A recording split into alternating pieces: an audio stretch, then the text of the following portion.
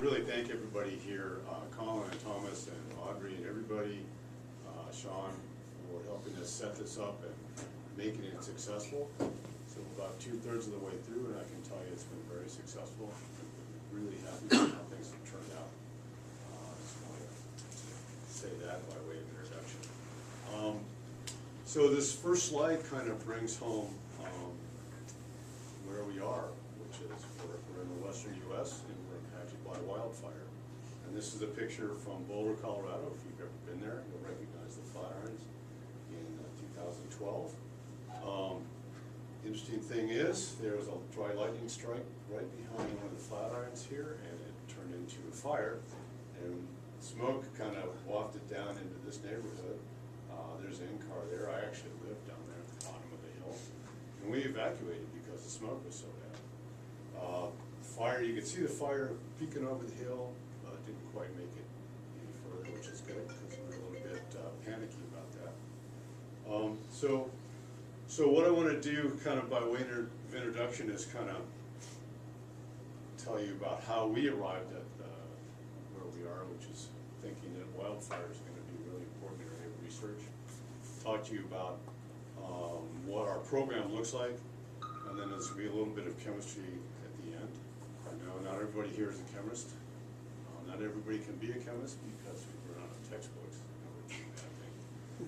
But this is kind of, and also an introduction of how we look at the world and how we think chemistry fits into the larger issue of managing fires and how we're going to have to live with them. And so here's kind of our website. You can go there anytime and look at the range of things that we do. It ranges from ozone chemistry down to emissions from farms and fires and things like that. So we cover kind of that area of the atmosphere. We have climate, air quality, and ozone layer chemistry that we do. So we're kind of part of the air quality. There's also some climate aspects to what we're doing. So I'll give you kind of a little cook's tour of how we've seen fires over the decades that we've been doing research, and kind of what's led me into my interest in looking at nitrogen chemistry. And so one of the projects we did was in the Arctic in 2008 aboard the NOAA P3. This is the same aircraft that hunts hurricanes in hurricane season, and when it's not doing that, we get hours on it to do air quality research. We put a bunch of instrumentation in there, stick tubes out the window, and measure stuff. This was a project to look at Arctic haze because it affects climate, particularly because the Arctic is an area that's very sensitive, has a greater impact on climate. So we flew out of Fairbanks, Alaska, into the Arctic Circle at a range of altitudes. The aircraft's limited to about 7 kilometers. And what we saw were these haze layers. I think this shows up pretty well. This is a layer that we sat in for quite a long period of time. And the chemistry, if you want a quick primer on chemistry, the nitrogen oxides that are emitted from combustion get processed in the atmosphere, and they make a bunch of compounds. And they make some stable organic nitrates, which we actually saw. In fact, almost all the oxygen or nitrogen oxides were in the form of these stable compounds in these layers. So this is like 3 or 4 flights in these layers, and 100% or more or less 90 to 100% of that nitrogen is in the form of these stable compounds, and so it's transported long distances. And in fact, we looked at some of these haze layers that we saw in a model. Karsten Warneke, who was here last month, has published this nice paper in GRL, where this is now a view of the North Pole. So this is Asia, and these are agricultural fires in Kazakhstan. And then there's some forest fires here near Lake Baikal in Siberia. And these plumes get transported up all the way into the Arctic, and they kind of swirl around at these layers, 4 to 7 kilometers. And here's what the MODIS detection said was happening: grass and crops and forest. And so we saw these plumes, and we saw the chemistry of those plumes. So that's like a little snapshot. We were there to look at Arctic haze in general, turns out this is a big contributor to Arctic haze. So that's one of the stops on the tour. Another stop on the tour was in 2009. Bob Yelkus had invited us up, and he and Yost hooked up this project to look at fire emissions. Here's your fire lab. It's a lot less crowded back then than it is now. This was kind of a small scale project.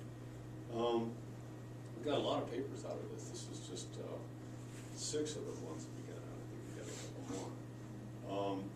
So we were looking at, again, standard fuels, kind of standard kind of way of doing things. We looked at their emissions, and we found this compound, isocyanic acid. If you're a chemist, here's the structure. HNCO. It's the simplest compound you can make out of those 4 atoms, and it's actually found all over the place, including in interstellar clouds and the rest of the universe. It's a fascinating compound. We found it with this instrument. This is an acetate ion chemical ionization mass spectrometer. Because it is an acid, it will exchange a proton with acetate and make NCO minus. It's a very big peak in our mass spectrum. It's the first time we'd seen it. And the people who typically look at these emissions with FTIR, which is the way Bob Yelkelson does stuff, don't see it because it falls in between CO and CO2. And as you know, those are the 2 major carbon compounds you get out of fires. So some of those measurements that have been done over the years were kind of blind to this. So we found also, looking at the literature, which we do, that this compound can have health effects at levels much lower than you would consider other health effects. I mean, we know fires emit hydrogen cyanide, for example. No hydrogen cyanide, that's really bad, but it's a fairly small amount of hydrogen cyanide. It's not enough to really impair your health. Well, this is at a level now where it maybe has some health effects, low part per billion range. So that kind of got our attention.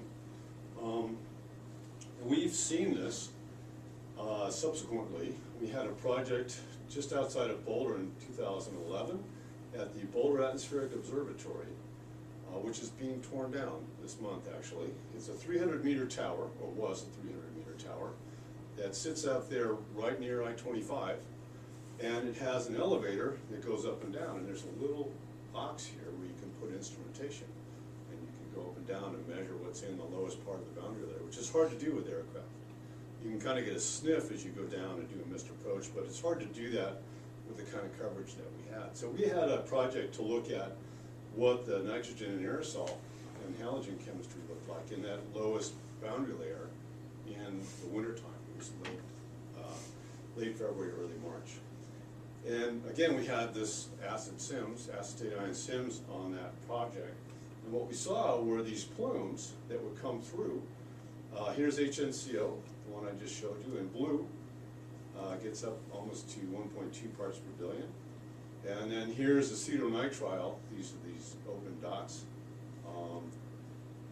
Again, really highly correlated with also aerosol particle surface area and organic aerosol. And what these are these are agricultural fires that are just east of the site. So they do a lot of agricultural burning in northeast Colorado, and it's obvious when you look out there and you drive around. So a lot of these fields are kind of bordered by creeks and little waterways.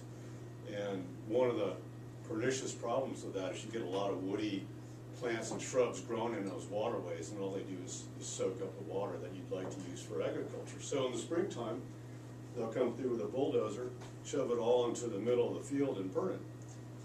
It's a good way to get rid of it. And actually, if you're at the tower, you can actually see that there are flames down there. So it's kind of flaming stage biomass as well. And it makes sense. It's being tended. The farmer wants to go home at night when they're done. So what we found with these plumes is HNCO is highly correlated with acetonitrile, which is a really good biomass burning mark. Yeah. Is it allowed to burn? Yes. Yeah. They have certain days where you can't when they have really strong inversions, but yeah, in general, it's allowed. So we have some timelines actually from our 2009 data, where again we have HNCO and acetonitrile. HNCO is in blue, acetonitrile is in gold. And in fact, what you get is about a 4-to-1 ratio for this fuel, which is manzanita, which is kind of a woody biomass, which is what these are. It's not manzanita, but it's woody biomass. So we get about a 4-to-1 ratio. So this was a biomass burning plume that we observed just sort of as we're doing the rest of our work. So this kind of thing kind of got us to thinking, along with some of the stuff that's coming up in the news, that we should be looking at fires more. And so what we formulated was a plan to address what's becoming one of the major air quality issues in the western U.S., and that is we've got wildfires, and we've got more of them, more frequent and more intense wildfires. And the reason is it's getting warmer and drier. So here's a plot from this Westerling et al. Science paper, which was one of the first ones to actually show the data that we're getting a longer fire season because it's warmer and drier. So here's kind of their timeline for temperature and wildfires. This is actually from the latest IPCC model, which was 2013 is when it came out. This is from Nature Geoscience, but it's quoted in there. This is the drought index that's projected for California for the next century, basically. And it's kind of scary because, they had a really bad series of droughts here. They had a bad couple of drought years here. I gave this talk at Berkeley, that's why I put this on here. So it doesn't look good for the western U.S. You might also have seen this latest paper in PNAS, where they correlate forest fire area burned with fuel aridity. And I'm not an expert, people know more about this than I do, but there's like 8 different measures you can use. So it's pretty clear that that's one of the contributing factors. It's not just temperature, it's also the availability of water. So it's increasing and it's going to get worse, was the message. And I mean, this is something that the fire community has known and is kind of tried to take into account. In fact, Congress required your land management people, your agencies, to come up with a plan, because it's pretty clear we're going to have prescribed burns, and we're also going to have to live with mega burns. And so you can take your pick, but you're not going to be able to choose no fire. And I think that's something that you probably struggle with trying to communicate to the community. Hey, why is the smoke making me cough? Can't you just put that fire out? And the answer is, yeah, maybe, or maybe we can't because it's a mega fire.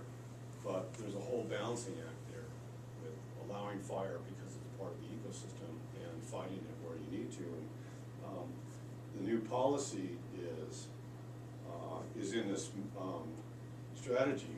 You may have seen this. I don't know, there may be some co-authors here. I haven't looked at it in detail.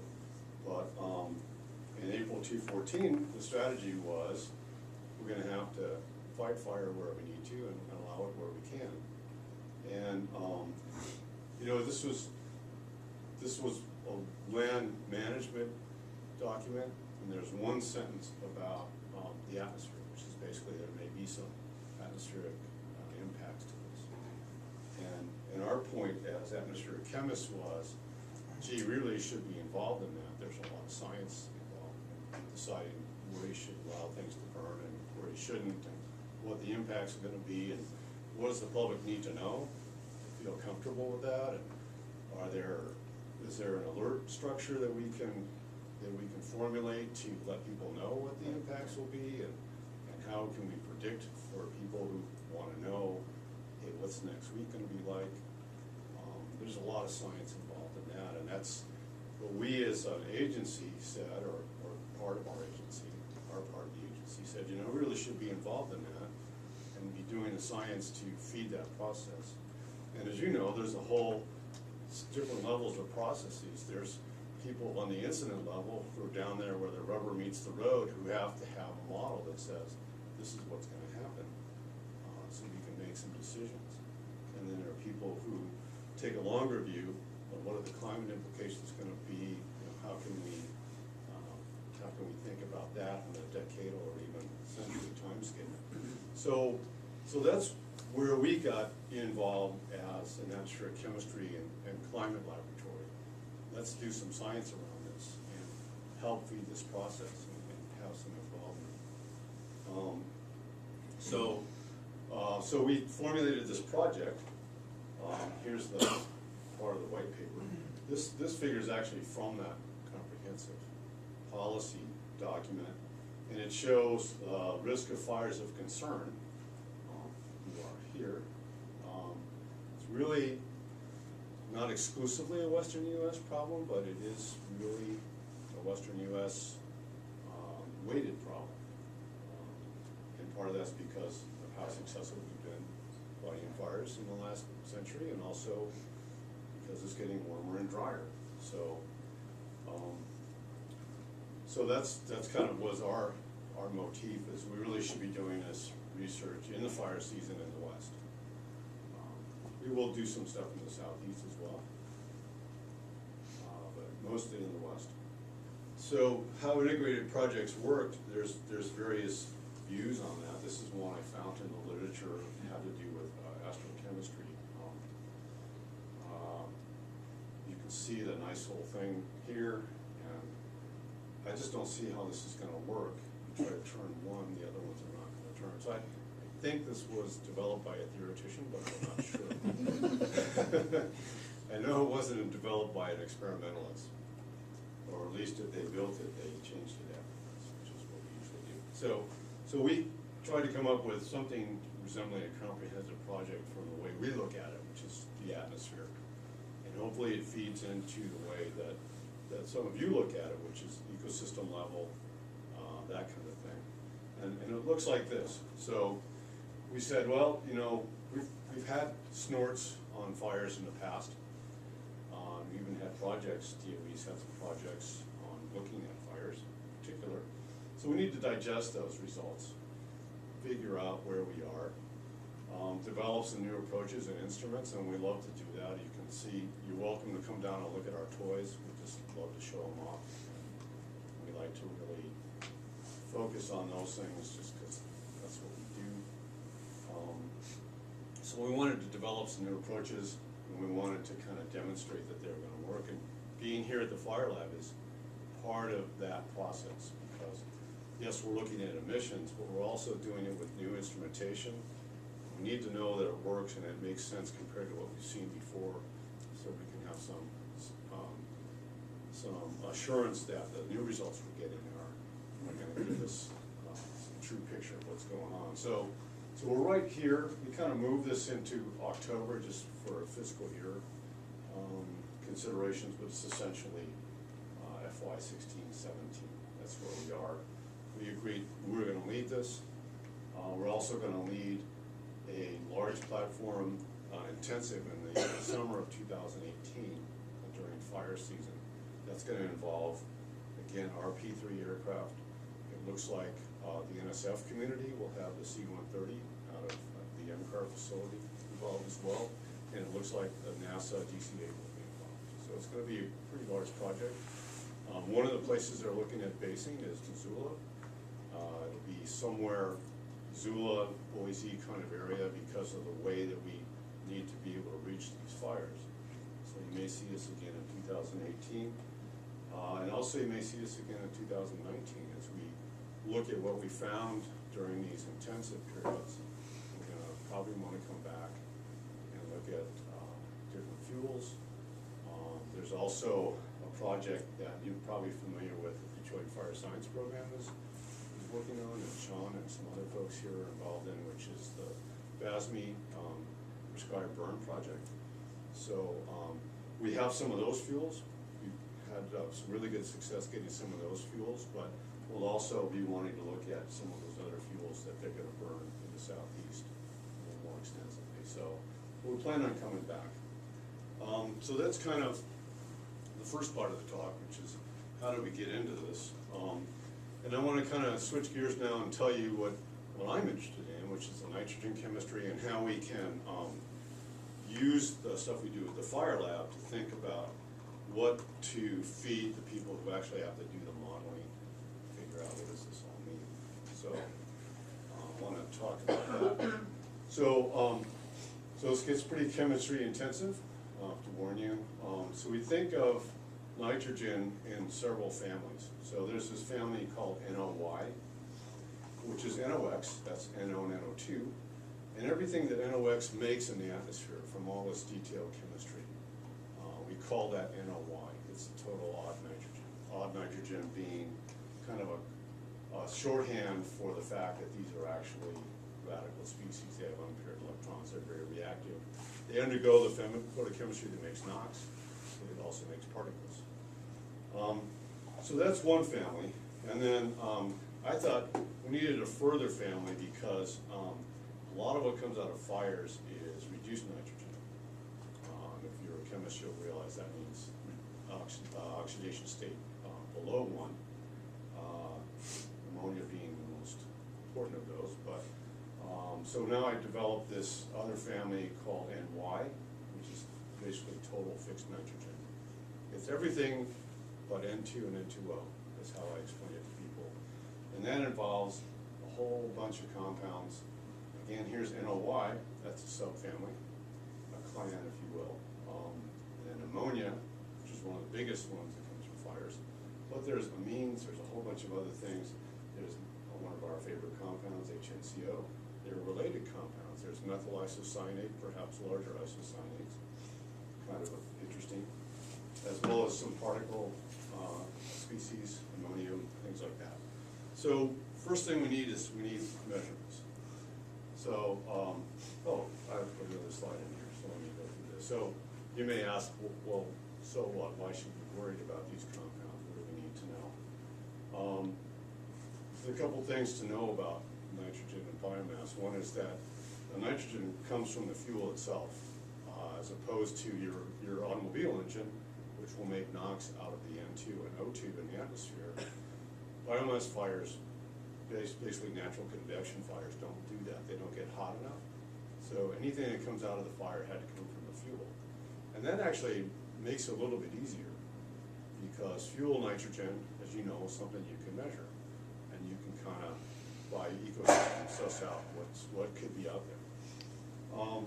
So these NOY compounds, they're involved in the oxidizing capacity of the atmosphere. That's one of the reasons we need to know that, because fires make ozone downwind. There's some interesting cases in the literature just recently with ozone exceedances over Maryland being caused by wildfires in Canada, for example.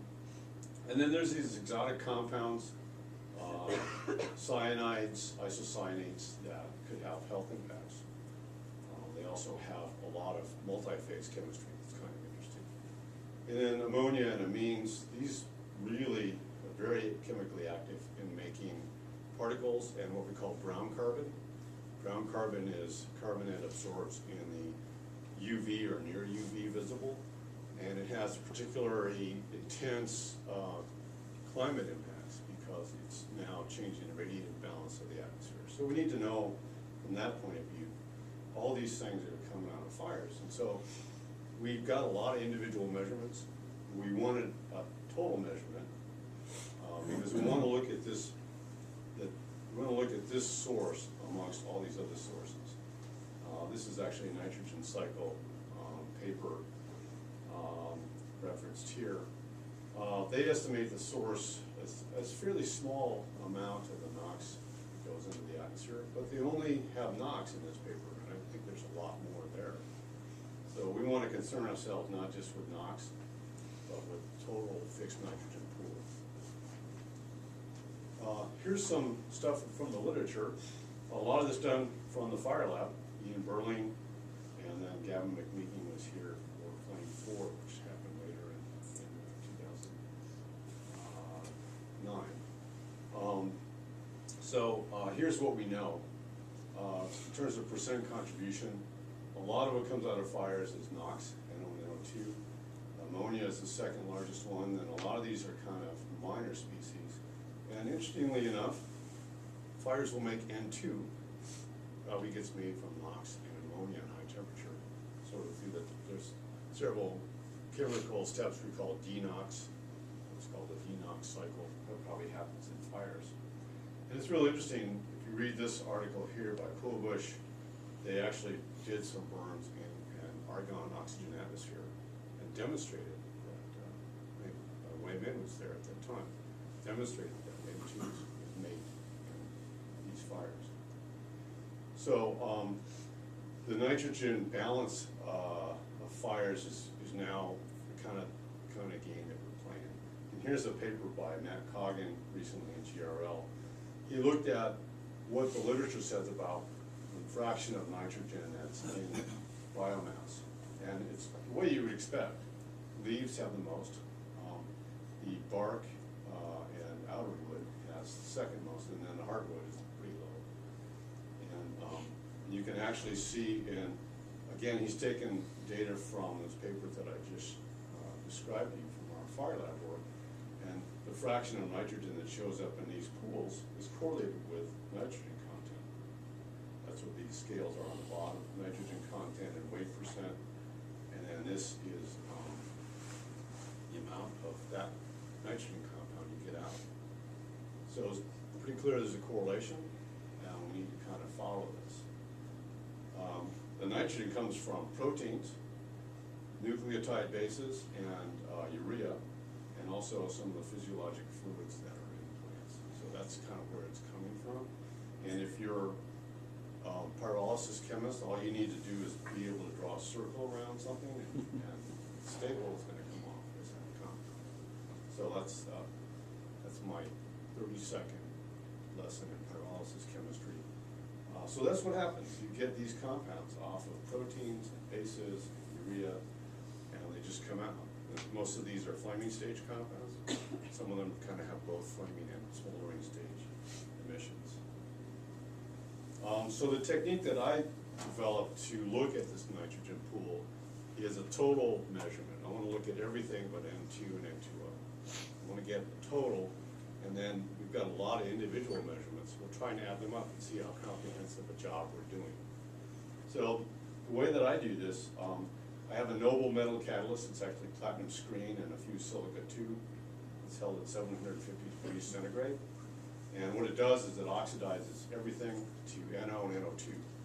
And then I have a molybdenum oxide catalyst down on the instrument that makes sure everything's in the form of NO as it goes into the instrument, which is, you may be familiar with, it's an NO ozone chemiluminescence monitor. These are used typically in pollution control and pollution monitoring for measuring NOx. We've got our version.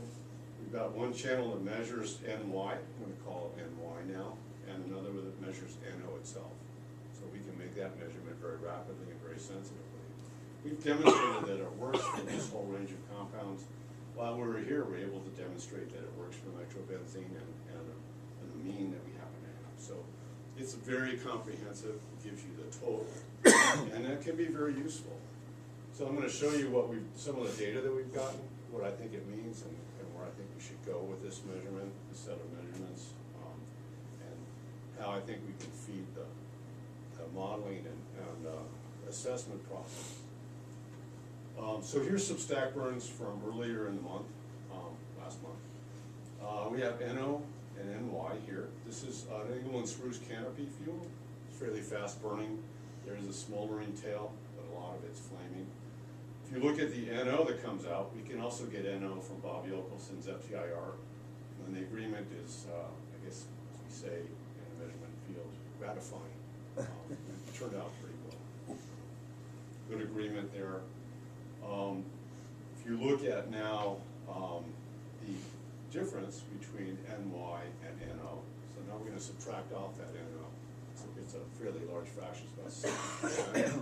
We'll subtract that off and add up all these other ones that we get from the FTIR. And that's the blue trace. What you can see is that for the smoldering stage, late flaming smoldering stage, it's really quite good agreement. So these are the major players. They add up. There's a few other ones that we can measure on top of that would add to this and probably make the agreement less gratifying. But you can also see that there's a flaming stage compound that we're missing. A lot of that's probably HNCO, but not all of it. So there's a little budget shortfall there in the flaming stage, so we're kind of working on that. It's kind of interesting to us. So that's one fire that we looked at, and we've got, now we're on number 89 this morning, so we've got a lot of fires to look at. So let's look at the three different kinds of fires that we've seen. So here's NO and NY for a chaparral fire, which is mostly flaming. Again, 90% of that flaming stage is NO. We have a smoldering stage.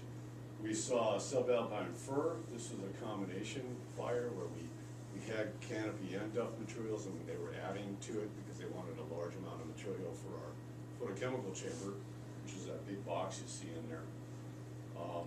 So that was kind of a combination. You can see there's a lot of different stages, and they're coming and going. And then we had a sample of dung, which is mostly smoldering. And so NY is much larger than NO, and a lot of that is ammonia, I'll tell you right now. That's what you're smelling, ammonia and amines.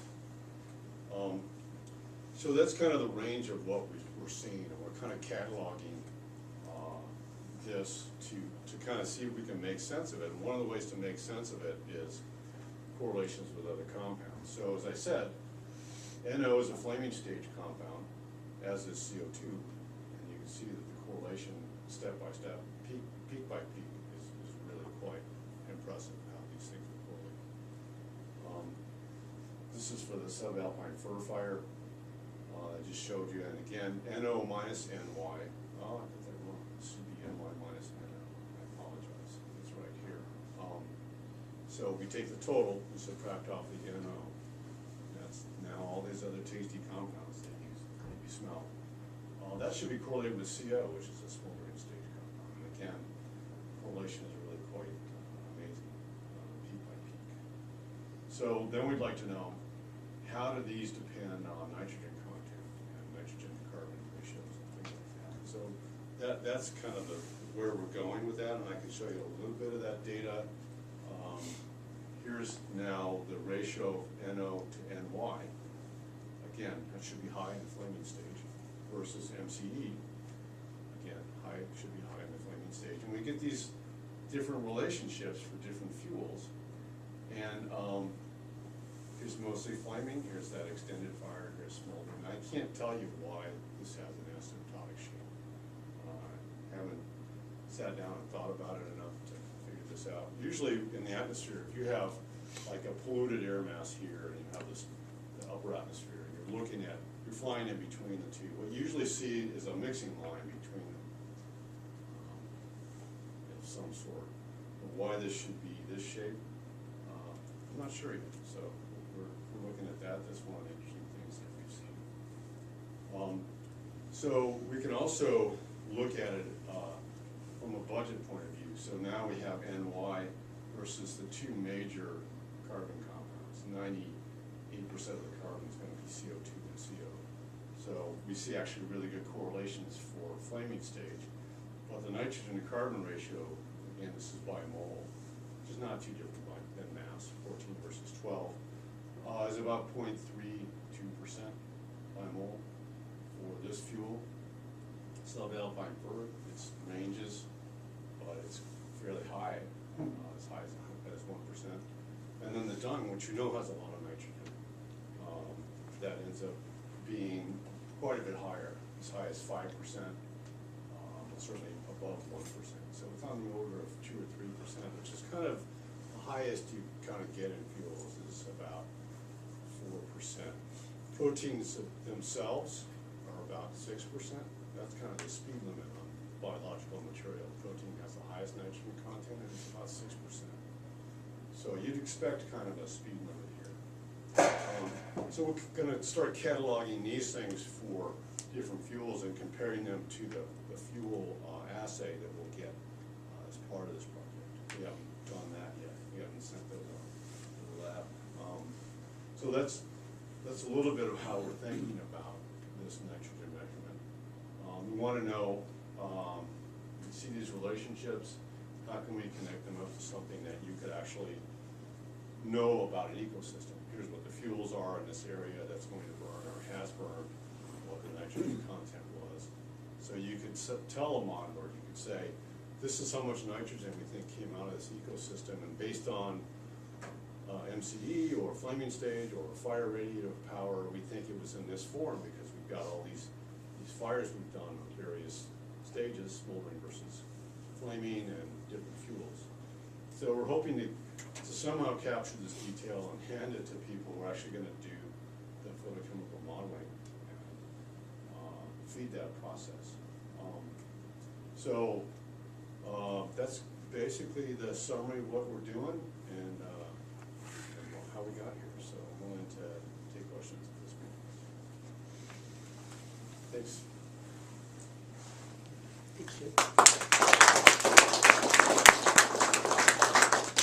Questions for Jim?